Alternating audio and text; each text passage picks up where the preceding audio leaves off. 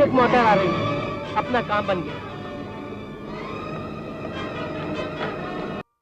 दोस्तों, आज हम एक ऐसे संघर्षशील अभिनेता के बारे में बताने जा रहे हैं जिन्होंने बड़े बड़े जहाजों में खान शमा से लेकर वेटर तक की नौकरी की। लेकिन ये हिंदी सिनेमा में कैसे इतना बड़ा नाम बने, जानेंगे इस वीडियो में।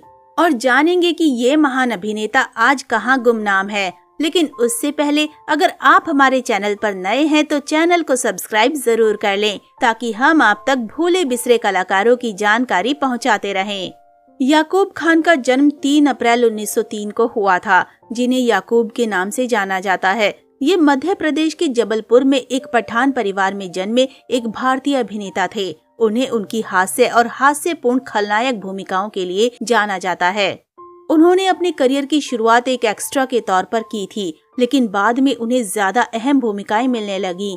अक्सर हीरो और विलेन की भूमिकाएं निभाते हुए वो सबसे मशहूर स्क्रीन विलेन्स में से एक बन गए, जबकि कॉमेडी और कैरेक्टर रोल में उन्हें बराबर सफलता मिली। याकूब ने 100 से ज्यादा फिल्मों में काम किया था। याकूब कम उम्र में ही घर से भाग गए थे और उन्होंने मोटर मैकेनिक और टेबल वेटर जैसे छोटे मोटे काम किए। फिर SS मदुरा जहाज के चालक दल में रसोई कर्मचारी के रूप में शामिल हो गए। लंदन, ब्रुसेल्स और पेरिस जैसी कई जगहों की यात्रा करने के बाद उसने जहाज छोड़ दिया। फिर कलकत्ता लौट आया, जहां उन्होंने अन्य नौकरियों के अलावा एक पर्यटक गाइड के रूप में भी काम किया।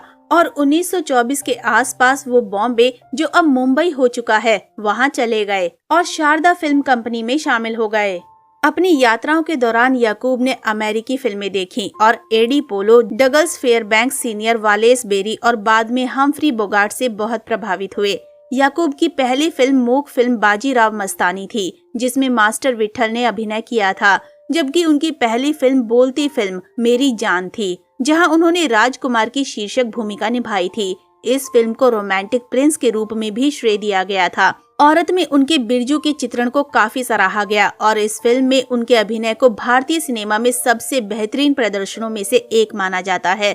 उन दिनों याकूब की लोकप्रियता का अंदाजा SK ओझा निर्देशित हलचल जैसी फिल्मों के क्रेडिट रोल से लगाया जा सकता है, जिनमें इन्होंने बेहतरीन भूमिका निभाई थी। BK करंजिया द्वारा सह संपादित पुस्तक जेनर्स ऑफ इंडियन सिनेमा के अनुसार जॉनी वॉकर, गोप और आगा जैसे अन्य अभिनेताओं के साथ याकूब कॉमेडी के स्वीकृत मास्टर थे। गोप और आगा के साथ उनकी कॉमिक जोड़ी दर्शकों को इतनी पसंद आई कि वे सभी एक साथ कई फिल्मों में नजर आए। उदाहरण के लिए सगाई, पतंगा और बेकसूर। याकूब 1930 से 1950 के शुरुआती दौर तक सबसे ज्यादा भुगतान पाने वाले अभिनेताओं में से एक थे। फिल्मों के अलावा इन्होंने कई फिल्मों का निर्देशन भी किया था। याकूब ने 3 फिल्मों का निर्देशन किया। 1930 के दशक में सागर का शेर और उसकी तमन्ना और 1949 में सागर का शेर सागर मूवीटोन के बैनर तले 1937 में उनकी पहली फिल्म थी, जिसका उन्होंने निर्देशन किया था।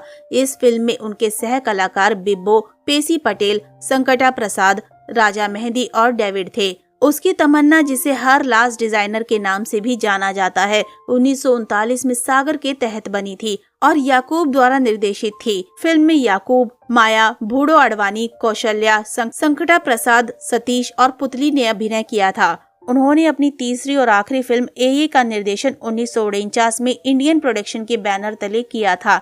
इसमें याकूब के साथ सुलोचना चटर्जी, मसूद, जानकी दास, शीला नायक और अशरफ खान थे। इस फिल्म का संगीत नशाद ने दिया था और ये मुबारक बेगम की बतौर पार्श्व गायिका पहली फिल्म थी। याकूब के दूसरे चचेरे भाई अलाउद्दीन इस फिल्म के गीतकार थे।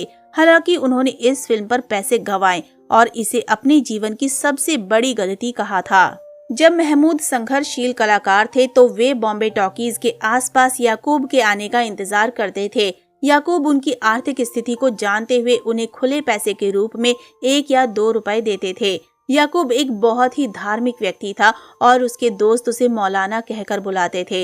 याकूब की मृत्यु 24 अगस्त 1958 को 54 वर्ष की आयु में बॉम्बे, महाराष्ट्र, भारत में हुई थी। तो दोस्तों, अभी के लिए बस इतना ही। मिलते हैं अगली वीडियो में। तब तक आप सब अपना ध्यान रखिए। Bye bye.